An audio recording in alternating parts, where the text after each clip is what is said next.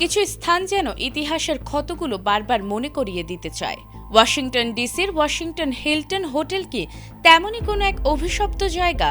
4 দশকের ব্যবধানে একই স্থানে 2 মার্কিন প্রেসিডেন্টকে ঘিরে গুলির ঘটনায় ওয়াশিংটনের ঐতিহ্যবাহী হোটেল ওয়াশিংটন হিলটন আবারও আলোচনায়। শনিবার রাতে হোয়াইট হাউস করেসপন্ডেন্স ডিনারে গুলির শব্দে দ্রুত সরিয়ে নেওয়া হয়েছিল প্রেসিডেন্ট ডোনাল্ড ট্রাম্পকে। আর এই ঘটনায় একই সঙ্গে ইতিহাস যেন মনে করিয়ে দিচ্ছে 1981 সালের ভয়াবহ স্মৃতি। শনিবার রাতে ডিনার চলাকালে হোটেলের বাইরে গুলির শব্দ শোনা গেলে নিরাপত্তা বাহিনী তৎপর হয়ে ওঠে। হামলার পরপরই দ্রুত প্রেসিডেন্ট ট্রাম্প ও ফার্স্ট লেডি মেলানিয়া ট্রাম্পকে নিরাপদ স্থানে সরিয়ে নেওয়া হয়। এ বিষয়ে কর্মকর্তারা জানিয়েছেন, এক বন্দুকধারী শটগান নিয়ে নিরাপত্তা বেষ্টনী ভাঙার চেষ্টা করে এবং এক ইউনাইটেড স্টেটস সিক্রেট সার্ভিস এজেন্টকে লক্ষ্য করে গুলি ছোড়ে।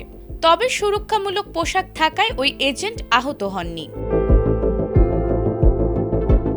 এই ঘটনার মধ্যেই ফিরে আসে 1981 সালের 30 মার্চের স্মৃতি। একই হোটেলের বাইরে তখন গুলিবিদ্ধ হয়েছিলেন যুক্তরাষ্ট্রের 40তম প্রেসিডেন্ট রোনাল্ড রিগান। হামলাকারী জন হিঙ্কলি জুনিয়র তার রিভলভার থেকে গুলি ছোড়ে, যার একটি রিগানের শরীরে লেগে ফুসফুস ক্ষতিগ্রস্ত করেছিল। তখন গুরুতর আহত অবস্থায় তাকে দ্রুত জর্জ ওয়াশিংটন ইউনিভার্সিটি হাসপাতালে নেওয়া হয়েছিল। সে হামলায় press secretary James Brady, secret service agent ও এক পুলিশ কর্মকর্তাও আহত হয়েছিলেন। এ ঘটনায় আহত রিগান প্রায় 12 দিন হাসপাতালে থাকার পর সুস্থ হয়ে হোয়াইট হাউসে ফিরেছিলেন। ঠিক একই ঘটনার আবারও সাক্ষী হল পুরো ওয়াশিংটন। একই হোটেলে সম্প্রতি মার্কিন প্রেসিডেন্ট ট্রাম্পও হামলার শিকার হয়েছেন।